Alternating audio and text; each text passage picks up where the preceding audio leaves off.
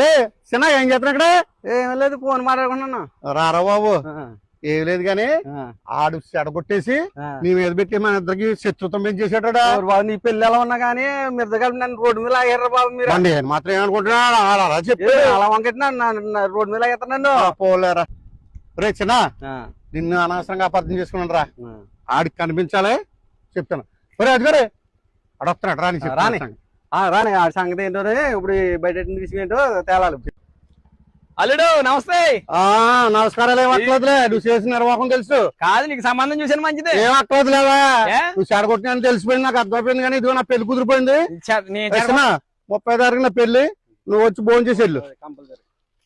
అలా కాదు, నేను ఈ చెడగొట్టండి, నేను చెడగొట్టండి. ఆయన నువ్వే చెడగొట్టి మీద పెట్టాను అన్నీ తెలిసిపోయిందండి.